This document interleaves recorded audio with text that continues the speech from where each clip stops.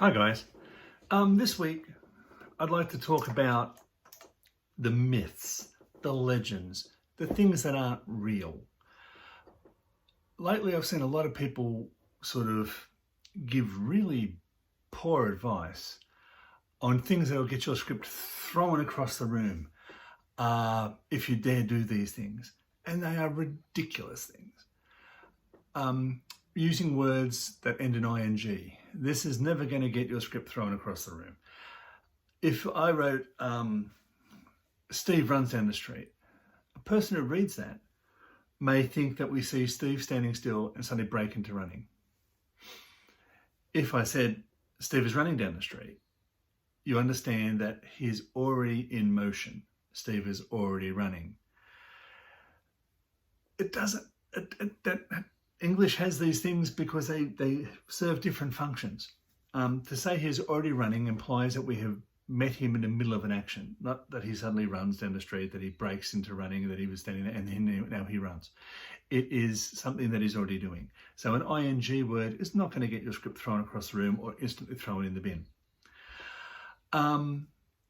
Maybe something slightly different in the formatting. That's not going to get your script thrown in the bin. Recently, I heard that in Korea, they have a different screen format that it looks very much like the standard format you might get out of Write a Duet or Celtics, but it is slightly different. Stage plays are different again, but they're not films. So having slightly different formatting isn't going to get your script thrown across the room. If you do a consistent mistake, two full stops after something in your scene heading or whatever, that is not going to get your thing thrown across the room.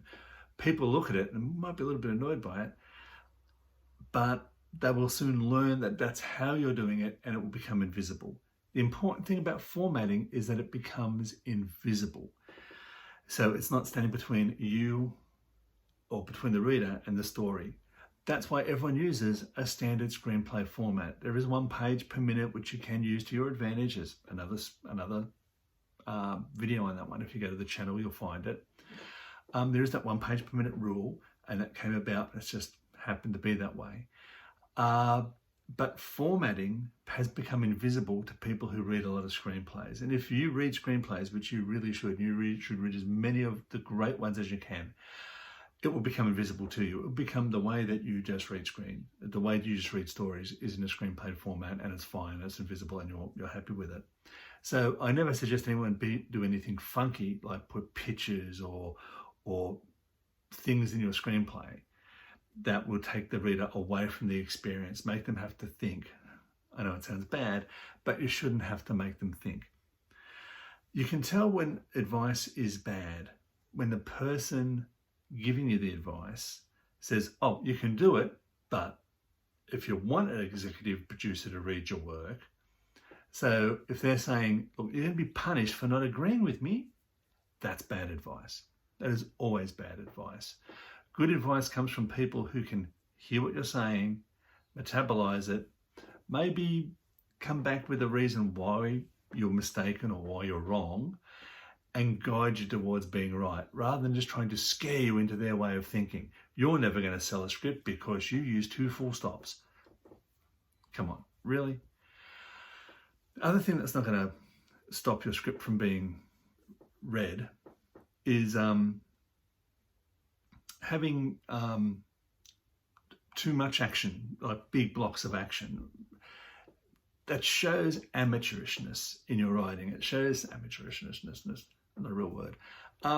If you can't control words, if you can't cut words down, if you haven't got the skill and ability to write tight sentences and not be verbose, that shows that you're not a very good writer. Your story might be outstanding, and you'll probably, if your story is outstanding, they'll buy it off you and rewrite it. They'll give it to someone who can actually write it. And a script is a document. It's semi-instructional. It's not really a blueprint, but it'll get people to make your film. I've always said to people, you go from paper to performance, and you go from performance to production, and you go from production to promotion and letting it out into the world. So you're just producing paper that's going to become a performance, which is going to become a production. That paper has a function, but it can be rewritten, it can be changed, and people will continually work on that document until it makes the performance easier, until they can see the performance they want on the paper. Big verbose blocks of action really get in the way. They don't have pace, they don't have speed, they don't have what you need in your action lines. But a big block of action isn't going to have your script thrown across the room. It'll just be, if your story is outstanding, something they'll rewrite, something they'll get you to rewrite, something they'll want more pace added to. But it also makes it harder to read. And because it makes it harder to read, you're now getting between the reader and the story, which is something you don't want to do, which is why you want to use standard formatting. So the advice is, if you can, cut things down. I've shared this example with people. In a corporate job, I had a boss who was a great editor. He could really cut things down. And I had written in a proposal that we have a process that manufactures a product which is used on a day-to-day basis by these people. He just rewrote that sentence to, we produce this for them. Because he said to me, you can't produce something without a process. So saying that you had a process that produces something isn't needed. People use our product. They have a job that they do every day, so they're going to use it on a day-to-day basis. We don't need that. So we just need to say, we produce a product for these people. Simple. That's the sort of snappiness you need to add to all your writing. So look at that, but it's not going to get your script thrown across the room. Another thing that's not going to get your script thrown across a room is typos or spelling mistakes. It's good to remove them, but don't obsess over them.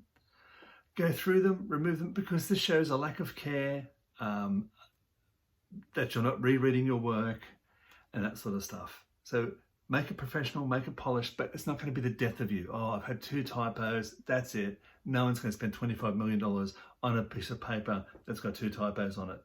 That's not how it happens. The story is king. Getting the work is king. The quality of the work is king. It doesn't matter, or queen. It doesn't matter if there's a typo, if the quality is great. It doesn't matter if it's in a strange format, if the quality is great. The other thing is people sort of fall in love with their work.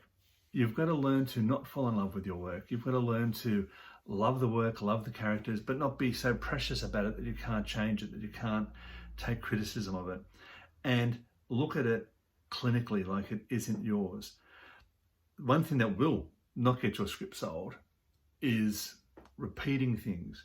If you've proven that this guy's a villain, and then you give an example of him being a villain, again, you don't need that. When I watched Joker, we saw him get beat up by those kids and they stole the sign and all that sort of stuff.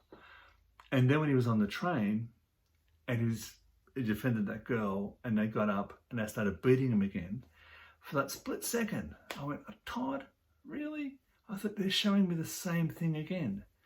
But then he pulled out the gun and killed them. And I went, So that first beating he got wasn't about the sign. It was to show that he was a victim. So it was Chekhov's gun. They set it up. And then next time he got a beating, he killed someone. Do they need the first scene? I think they still need the first scene. The second scene, they definitely needed. But when you started to see the second scene, I thought, it's going to be a repeat of the first one. They've made a mistake. So do that in your script. Go through and go, could I make that? Can I remove this scene and still get that message across in other scenes? Could I get this message? I've got a whole scene to get this one message across. Can I get 2 messages across in this scene? Can I make it more condensed? Give more information to people more often. And this is when you hear people say, I watched a film, and when I watched it again, I got so much more out of it. That's because each scene achieved a lot more. So you've got to do that, because if you don't achieve as much as you can out of every scene, if you have scenes that aren't needed, it will not make your story look great, and that will get you thrown across a room. Okay, guys, I hope this has helped. If you can, like, share it, comment, love comments, get a conversation started. If you want to nick over to griffithscreative.com.au, there's free stuff there. If you subscribe, we'll be putting out the book launch soon.